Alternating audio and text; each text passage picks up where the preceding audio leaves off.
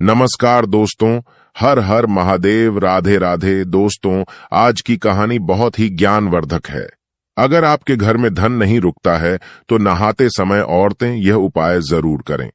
अचानक धन प्राप्ति होती है। इसके अलावा जो औरतें कपड़े खोलकर नहाती हैं, अर्थात उनके लिए भी खुशखबरी है। मित्रों, एक समय शिवजी महाराज पार्वती के साथ हरिद्वार में घूम रहे थे। पार्वती जी ने देखा कि समस्त मनुष्य गंगा में नहा नहाकर हर हर गंगे कहते चले जा रहे हैं। अगर आप यह कहानी सुन रहे हैं तो पूरा सुनिएगा, क्योंकि आधा अधूरा ज्ञान सही नहीं होता। इसके अलावा हे मां लक्ष्मी, जो भी भक्त हमारी इस वीडियो को लाइक करें और चैनल को सब्सक्राइब करें, उनके घर में धन की कभी कोई कमी न रहे, उनका घर हमेशा धन से भरा रहे। दोस्तों, भगवान के नाम पर कंजूसी न करें। सबसे पहले अपनी पूरी सच्ची श्रद्धा से कमेंट में हर हर महादेव, ओम नमः शिवाय, राधे राधे जरूर लिखें।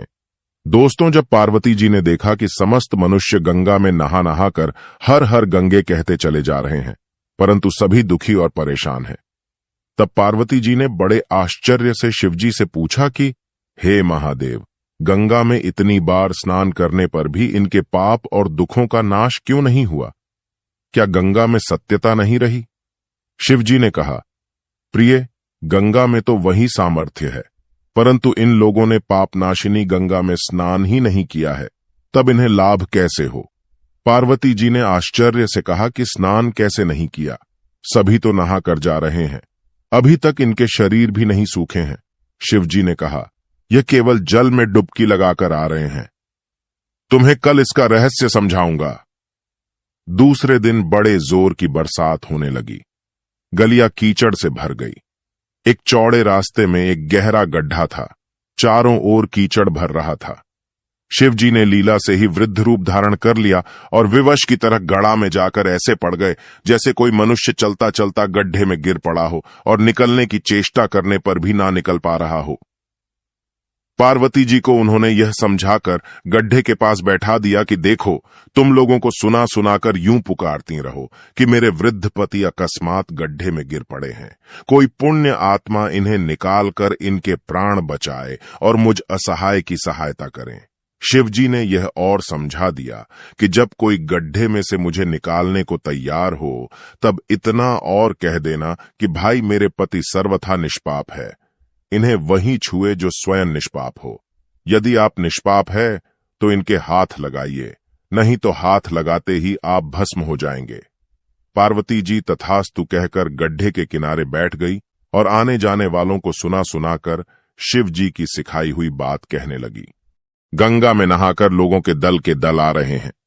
सुंदर युवती को यूं बैठी देखकर कईयों के मन में पाप आया। कईयों को कुछ धर्म का भय हुआ, कई कानून से डरे। कुछ लोगों ने तो पार्वती जी को यह भी सुना दिया कि मरने दे बुढ़े को, क्यों उसके लिए रोती है।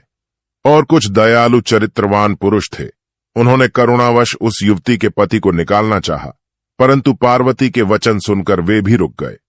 उन्होंने सोचा कि हम गंगा में नहाकर आए हैं तो क्या हुआ, पापी तो है ही, कहीं सहायता करते समय हम भस्म न हो जाएं। इस स्त्री के कथन के अनुसार हम स्वयं भस्म न हो जाए, किसी का साहस नहीं हुआ। सैकड़ों आए, सैकड़ों ने पूछा और चले गए। संध्या हो चली। शिवजी ने कहा, पार्वती, देखा आया कोई सच्चे हृदय से गंगा में नहाने वाला। थोड़ी देर बाद एक जवान हाथ में लौटा लिए, हर हर गंगे करता हुआ निकला। पार्वती ने उसे भी वही बात कही। युवक का हृदय करुणा से भर आया। उसने शिवजी को निकालने की तैयारी की। पार्वती ने रोककर कहा कि भाई, यदि तुम सर्वथा निष्पाप नहीं होंगे तो मेरे पति को छूते ही जल जाओगे। उसने उसी समय बिना किसी संकोच के दृढ़ निश्चय के साथ पार्वती से कहा कि माता, मेरे निष्पाप होने में तुझे संदेह क्यों होता है? देखती ही नहीं, मैं अभी गंगा नहाकर आया हूं। भला गंगा में गोता लगाने के बाद भी कभी पाप रहते हैं? अभी तुम्हारे पति को निकालता हूं। युवक ने लपककर बूढ़े को ऊपर उठा लिया। शिव पार्वती ने उसे अधिकारी समझकर अपना असली स्वरूप प्रकट कर उसे दर्शन देकर कृतार्थ किया।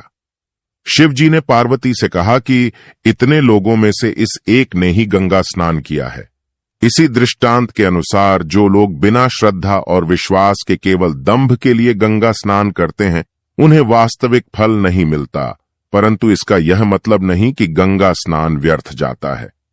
गंगा स्नान का बहुत पुण्य भी है। इसके बाद शिव जी ने पार्वती जी से कहा, अब मैं आपको 12 बातें बताता हूं। जो भी मनुष्य इन 12 बातों को नहाते समय ध्यान में रखता है वह कभी भी दुखी नहीं रहता है। उसके घर में मां लक्ष्मी का वास हो जाता है। उसके घर में अपार धन आता है। घर में कभी भी लड़ाई झगड़ा नहीं होते हैं। उसका पूरा परिवार हंसी खुशी जीवन व्यतीत करता है। तब माता पार्वती ने कहा, हे भगवान, आप हमें यह वह 12 बातें बता दीजिए। इसके बाद भगवान शिव उन बातों को बताना शुरू कर देते हैं और माता पार्वती बहुत ध्यान से सुनने लगती है। दोस्तों, यह 12 बातें आप लोग भी बिल्कुल ध्यान से सुनना। इसके बाद भगवान शिव कहते हैं, प्रिय, यह 12 बातें बताने के बाद मैं आपको एक बात और बताऊंगा जो औरतों के लिए है। जो औरतें कपड़े खोलकर स्नान करती हैं उनके लिए यह बात बहुत ही महत्वपूर्ण है। तो पार्वती जी, इस बात को आप बहुत ही ध्यान से सुनना। तभी शिव जी अपनी वाणी को शुरू कर और बताने लगते हैं। दोस्तों, शिव जी कहते हैं, स्नान करने से शरीर निरोगी रहता है और मन प्रसन्न रहता है। नहाने से चेहरे की क्रांति और शारीरिक आकर्षण में भी बढ़ोतरी होती है। अगर इस नित्य कर्म के दौरान कुछ बातों का ध्यान रखा जाए तो आध्यात्मिक से भी ज्यादा लाभ पाया जा सकता है। नहाने के क्रम में जिन बातों का ख्याल जरूरी रखा जाना चाहिए, अब उन बातों के बारे में बताने जा रहा हूं। प्रिय, आप इन बातों को बिल्कुल ध्यान से सुनना।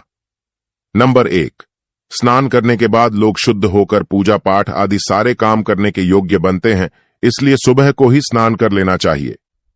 नंबर 2, शास्त्रों में कहा गया है कि स्नान करने से इन 10 गुणों की प्राप्ति होती है: रूप, तेज, बाल पवित्रता, आयु, आरोग्य, लोकता, तप और मेधा। नंबर 3, लक्ष्मी, धन, पुष्टि व आरोग्य और स्वास्थ्य चाहने वालों को हर मौसम में और हर दिन स्नान करना चाहिए।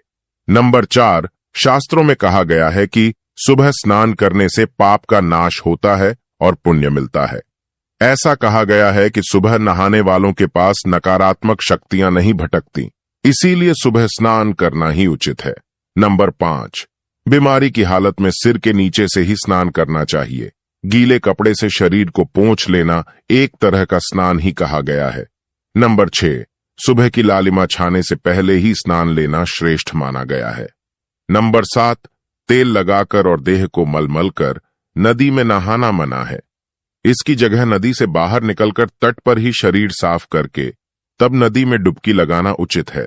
नंबर 8, जिन घाटों पर कपड़े धोए जाते हैं वहां का जल अपवित्र माना गया है, इसलिए वहां से कुछ दूर हटकर ही नहाना चाहिए। नंबर 9, नदी में 11 या 21 डुबकियां लगाना अच्छा बताया गया है। नंबर 10, पवित्र नदियों में कपड़े निचोड़ने की मनाही है। नदी में किसी तरह की गंदगी नहीं बहानी चाहिए। नंबर 11, नल की तुलना में झरने का पानी, झरने से ज्यादा नदी का पानी, नदी के पानी से किसी तीर्थ का जल, तीर्थ के जल से गंगा जल अधिक श्रेष्ठ माना गया है।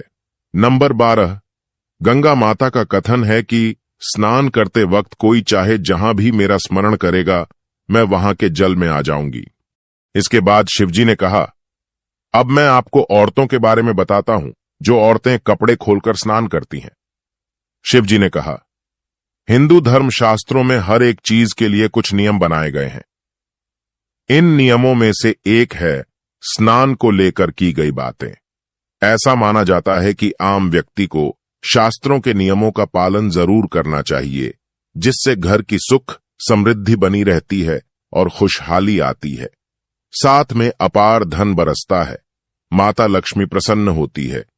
दरअसल हमारे शास्त्रों में ऐसी कई बातें लिखी गई हैं जिनका हम पालन सदियों से करते चले आ रहे हैं, लेकिन उसके कारणों के बारे में अभी भी पूरी जानकारी नहीं है। ऐसे ही नियमों में से एक है निर्वस्त्र स्नान करना। आपने अक्सर घर के बड़ों को ऐसा कहते सुना होगा कि कभी भी स्नान बिना कपड़ों के यानी निर्वस्त्र नहीं करना चाहिए। अगर हम पौराणिक कथाओं की बात करें तो निर्वस्त्र स्नान की मनाही का एक सबसे बड़ा कारण कृष्ण जी के समय से जुड़ा है। पौराणिक कथाओं के अनुसार एक बार जब गोपिकाएं सरोवर में स्नान कर रही थीं और वो निर्वस्त्र थी, उस समय बाल कृष्ण ने गोपियों के सभी वस्त्र छिपा दिए। उस समय जब कृष्ण जी ने उनके वस्त्र छिपा लिए और गोपियों ने अपने वस्त्र वापस लेने की प्रार्थना की, तब कृष्ण जी ने उन्हें समझाया कि कहीं भी बिना वस्त्र धारण किए स्नान नहीं करना चाहिए। इससे जल के देवता वरुण का अपमान होता है, इसलिए आपको निर्वस्त्र स्नान न करने की सलाह दी जाती है। अगर आप नहाते समय यह सोचते हैं कि बंद कमरे में कोई आपको नहीं देख रहा है, तो ऐसा गलत है, क्योंकि ईश्वर आपको हर स्थान पर देखते हैं। यदि आप निर्वस्त्र होकर स्नान कर रहे हैं, तो ये मुख्य रूप से जल के देवता वरुण का अपमान करने जैसा होता है। निर्वस्त्र स्नान से आपको पाप लग सकता है और आर्थिक और शारीरिक नुकसान पहुंच सकते हैं। यदि आप निर्वस्त्र स्नान करते हैं, तो आपके शरीर में नकारात्मक ऊर्जा प्रवेश करती है और आपकी मानसिकता भी नकारात्मक हो सकती है। इसलिए हमेशा आपको यही सलाह दी जाती है कि भले ही आप नहाते समय कोई एक कपड़ा धारण करें, लेकिन बिना कपड़ों के स्नान न करें, तभी आपके लिए बेहतर होगा। निर्वस्त्र स्नान से शरीर की सकारात्मक ऊर्जा शरीर से बाहर निकल सकती है और इसका प्रभाव आपके शरीर के साथ मन मस्तिष्क में भी होता है। गरुड़ पुराण के अनुसार जब आप स्नान करते हैं, तब आपके पितृ यानी मृत पूर्वज आपके आसपास मौजूद होते हैं। यदि आप निर्वस्त्र स्नान करते हैं, तो आपको पितृ दोष लग सकता है। ऐसे स्नान करने से आपके पितरों को तृप्ति नहीं मिलती है और ये घर में पितृदोष का कारण बन सकता है और ये वस्त्रों से गिरने वाले जल को ग्रहण करते हैं, जिनसे उनकी तृप्ति होती है। निर्वस्त्र स्नान करने से पितर अतिरिक्त नाराज होते हैं, जिनसे व्यक्ति का तेज बल, धन और सुख नष्ट होता है। इसलिए कभी भी निर्वस्त्र होकर स्नान नहीं करना चाहिए।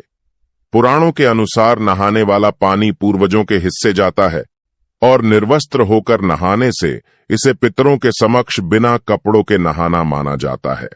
शास्त्रों में ऐसी मान्यता है कि यदि कोई निर्वस्त्र स्नान करता है, तो माता लक्ष्मी उससे रूठ सकती है। इससे आपकी कुंडली में धन हानि के योग बन सकते हैं और आपकी आर्थिक स्थिति खराब हो सकती है। इन्हीं कारणों से आपको निर्वस्त्र स्नान न करने की सलाह दी जाती है और शास्त्रों में भी इस बात की मनाही है। दोस्तों, हमारा यह चैनल प्राचीन आस्थाओं पर आधारित है। अगर आप भी इन आस्थाओं में विश्वास रखते हैं, तो इस चैनल को अभी सब्सक्राइब करें, जिससे आपको हमारी आने वाली समस्त जानकारी आपको प्राप्त हो सके।